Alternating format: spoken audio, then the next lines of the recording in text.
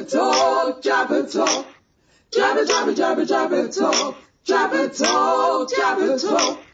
Jabber, jabber, jabber, jabber talk. Miss Jabber, Miss Jabber, Jabber talk.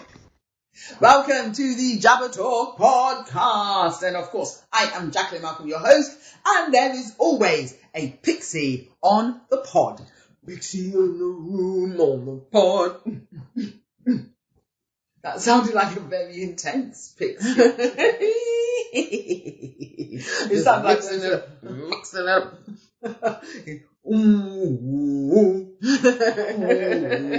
One of those old films. The workers. On a galleon. Exactly, yes. Well, that kind of fits in with what we're talking about today, doesn't it? How? Relationships, they're hard work. Oh! I was thinking relationships. I don't know. What kind of relationships do you have? Oh my gosh, yes. Commitment and relationships. Because of course we're coming out of lockdown, or we are well out of lockdown whenever you're listening to this. And I think one of the things that I've highlighted in a lot of people is that desire to live this life with someone rather than trying to do it alone or to do it with the wrong person. Yeah. So here we have it. So I've had a tremendous thing happen this during this lockdown. Oh my gosh, yes, finally. 17 years married and finally registered for my divorce. Sounds like a Kanye West song. 18 years. 18 years. Anyway, do you know what? Let's not forget the fact that I was dating him for 3 years. We were together for 3 years. Engaged for 2 of those years. You were. And then married for 3 wonderful years. I say that pausing because, of course, he disappeared on me for 18 months when he had to go back to Turkey to do his national service. Then he finally came back home. And then I had a year of hell because who left and who came back were 2 completely different people. Did not even recognize who he was. The person I fell in love with, he was just a completely different person. And then we separated in 2006. I moved to America in 2007 and I haven't seen him since 2006. Right. And I tried to divorce him once and then he wouldn't sign the papers. Who knows why? Because at that point I hadn't seen him for around 5 years and he wouldn't sign the papers, which was really stupid. And then I just haven't got around to it. So this year, 17 years later, I thought I'm not celebrating my 18th marriage. And the weirdest thing is, I've been engaged in that time 3 times. Oh yeah. But we won't go into that because that's a longer story that needs not to be held here. So here we have it. I am finally getting a divorce, and and he's been lovely about it. He's like absolutely, and it was actually quite funny because I do think he's been remarried. And we did have a bit of a laugh because he thought we'd actually got divorced years ago. He's like, what do you mean? He was so shocked. What do you mean? What do you mean we're still married? We can't still be married. We've got 2 sons. And it's like, oh, oops. Yeah, no, we're still married. So let's not even talk about that one. No. So I'm now just waiting for my decree nisi and then just waiting for the divorce to come through. So I'll be a free bird. A free woman by paper as well as physically, unless you've been behaving anyway. Exactly. That is always a big conversation when I have to tell someone, oh yes, I know, I said yes, I'd marry you. I need to mention something. Something I must do first. Don't worry. I'll start the paperwork. So, but I thank God now that I couldn't have just because I'm very spontaneous and I would have just ended up with any one of those 3.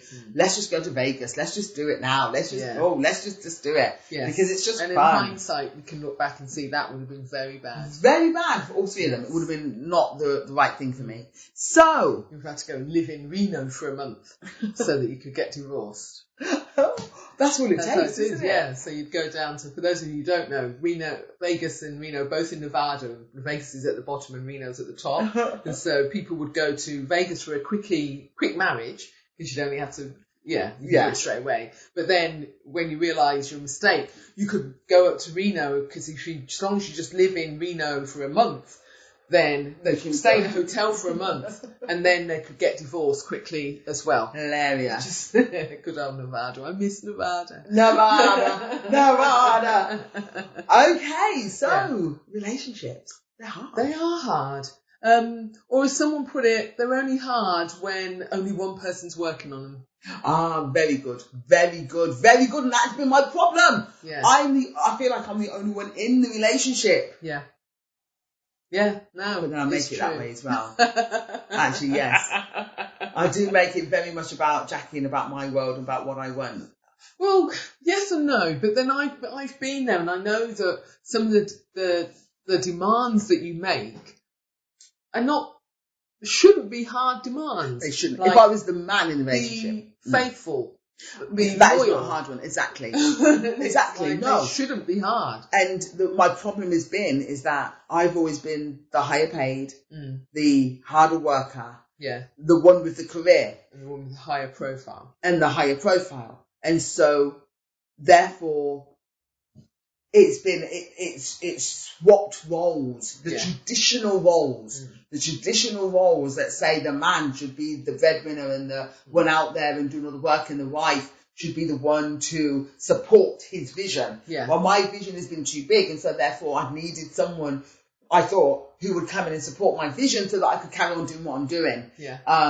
But it has not worked. It does not work. No, and I think it isn't. I think it should be that, because sometimes one should be doing one, and everyone should have their own thing. I think with relationships, it shouldn't be that you just come together, that two halves come together as one. No. That never works, because then you're just stuck with two halves. Yeah, exactly. What you should have is two whole people who know themselves, who understand themselves. Brilliant. Know who they are, so they know what will suit them. Yes. And then when you meet someone, when you know what you're looking for that's going to match your needs, then it works. Because you match my needs naturally. Thank you. You are a natural.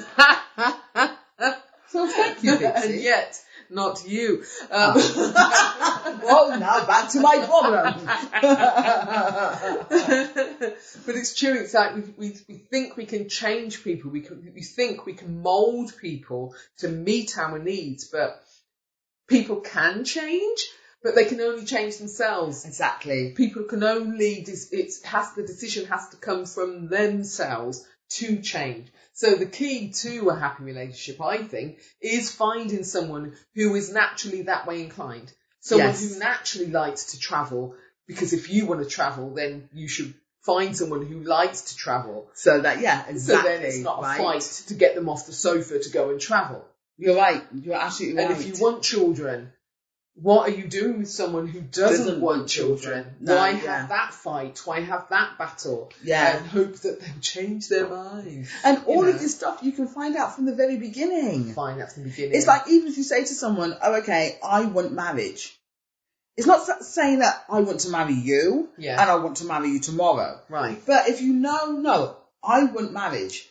If you don't think that you want marriage in your future, then let's not go on this road. Right. Because I promise you in 6 months' time, I'm going to want to make sure that we're now exclusive, that we're now real, that this is now going somewhere. On the journey to where I want to be. There. If we're liking each other, we're not saying that you want to get married now, but you got to know that no, this is ultimately what I want. Amen. So, what about though in those situations where it might be, you've met someone on Tinder or whatever site you use. Yeah. I'm using Tinder for reference, even though Tinder you really don't meet anyone who wants to get married. Except I did. Except you did on Tinder. I did. I met Hugh on Tinder. And it's like, the way I see it, the way I see Tinder, the way I see anything, it's just exactly the same thing. It's all sorting. It's all about meeting someone. You've got to still, whether you meet someone in a bar or meet someone in the office or meet someone at home or wherever you meet someone or meet them online, you've still got to answer the same questions. You've still got to know who you are, what your non-negotiables are. There are some things that you say, oh no, that's a definite.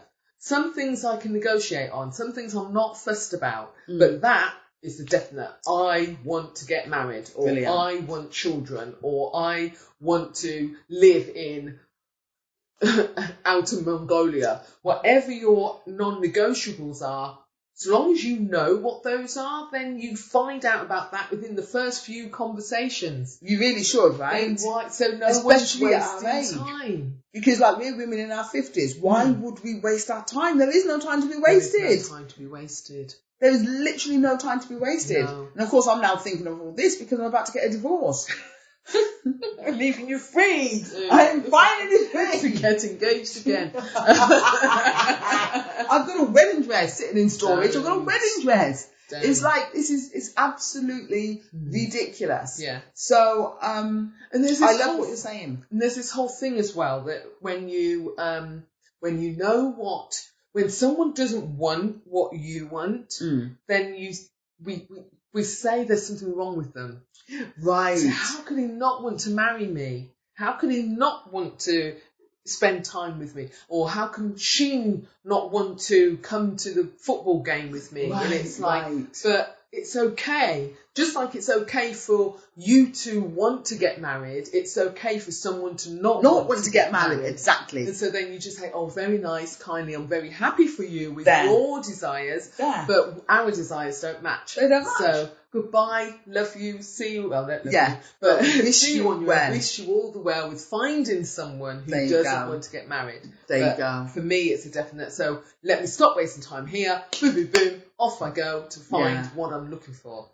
Wow. I It's always compare it to, I know I'll probably get boring now, but I always compare it to dating is just like going shopping for a bag or a pair of shoes. When before we leave, we know exactly what we're looking for. I need a pair of shoes for I need a bag for work, I need a bag for home or whatever, or we're going out. And so you know what your criteria are and you'll go to the first shop. If they haven't got it there, you don't make a fuss, you don't try and squeeze one of the bags into what you want it to be. No, yeah. You just go, okay, thanks, you haven't got what I want, and you go to the next shop. You're so right. That's a really good analogy. Really good analogy. And sometimes you're flexible on the colour. So I don't mind if it's black or blue. And so but this has got everything else that I need, but it's not quite the colour I was looking for, but I'll be flexible on the colour because it ticks all these other non-negotiable boxes. And you said that because she was right.